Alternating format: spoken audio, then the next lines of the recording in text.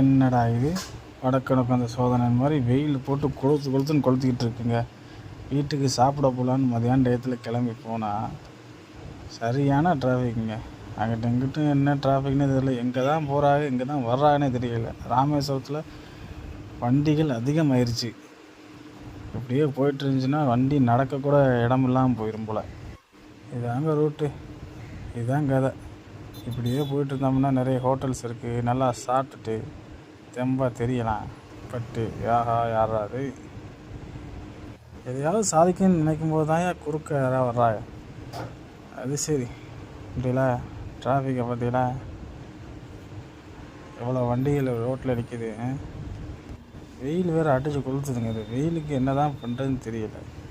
எத்தனை இளநியை தான் குடிக்கிறது. குடிச்சு முடிச்சுட்டு இந்த கோயில் பஞ்சமுக ஆஞ்சநேயர் கோயில்னால கொஞ்சம் ஹைவேஸில் இருக்கிறதுனால கூட்டம் அதிகமாக இருக்கும். அதனால் இங்கிட்ட கிராஸ் பண்ணவும் முடியாது, போக முடியாது, வரவும் முடியாது. ரொம்ப சிரமங்க. அப்படியே போயாச்சு. இந்த வெயிலுக்கு கோழி அடித்து குழம்பு வைக்க சொன்னேன். என்னடா அது கோடை வெயிலில் கோழி அடித்து குழம்பு வைக்கிறானா அப்படின்னு நினைப்பிய நீங்கள். பட் இருந்தாலும் ஒரு நல்ல சாப்பாடை சாப்பிட்டுட்டு ஒரு குட்டி தூக்கத்தை போட்டு வரலாம்னு போயிட்டு இருக்கேன். அப்படியே நம்ம மேட்டில் ஏறி இருக்கோம். இப்போ நம்ம பொந்தம்பள்ளி மேட்டில் ஏறி அப்படியே வளைஞ்சு ரைட் எடுத்து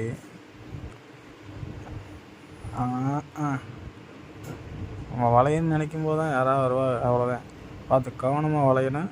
வண்டி வளைக்கும் போது ரொம்ப கவனமாக வளைக்கணும். அதுதாங்க நம்ம ஏரியா. அப்படியே உள்ளே போய் ஒரு தாவு வரும். அந்த தாவுக்குள்ளே இறங்கினோம்னா நம்ம வீடு வந்துடுங்க. அதுதான் கதை. அவ்வளோதான். ரோடு கண்டிஷன் அப்படின்னா தான் வண்டி குதிக்குது. ஒன்றும் நினச்சிக்காதீங்க. இது ஒரு சிமெண்ட் ரோடு மாதிரி. அப்படியே போயிட்டு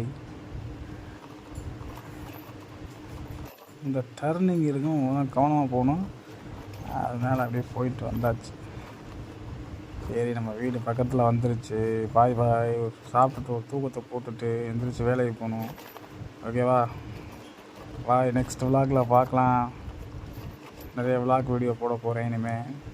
ராமேஸ்வரத்தில் ஒரு பிளேஸாக போய் போட்டு காட்டுறேன். பாய் அப்படின்னு சொல்லிவிட்டு ஒரு டர்னிங் எடுத்து நம்ம வீட்டுக்கு வந்தாச்சு. அதனால் ப்ளீஸ் சப்ஸ்கிரைப் பண்ணுங்கள், ஷேர் பண்ணுங்கள், கமெண்ட் பண்ணுங்கள். கழுவி ஊற்றுறவங்க கழுவி ஊற்றுங்க. பாய் பாய், டாட்டா.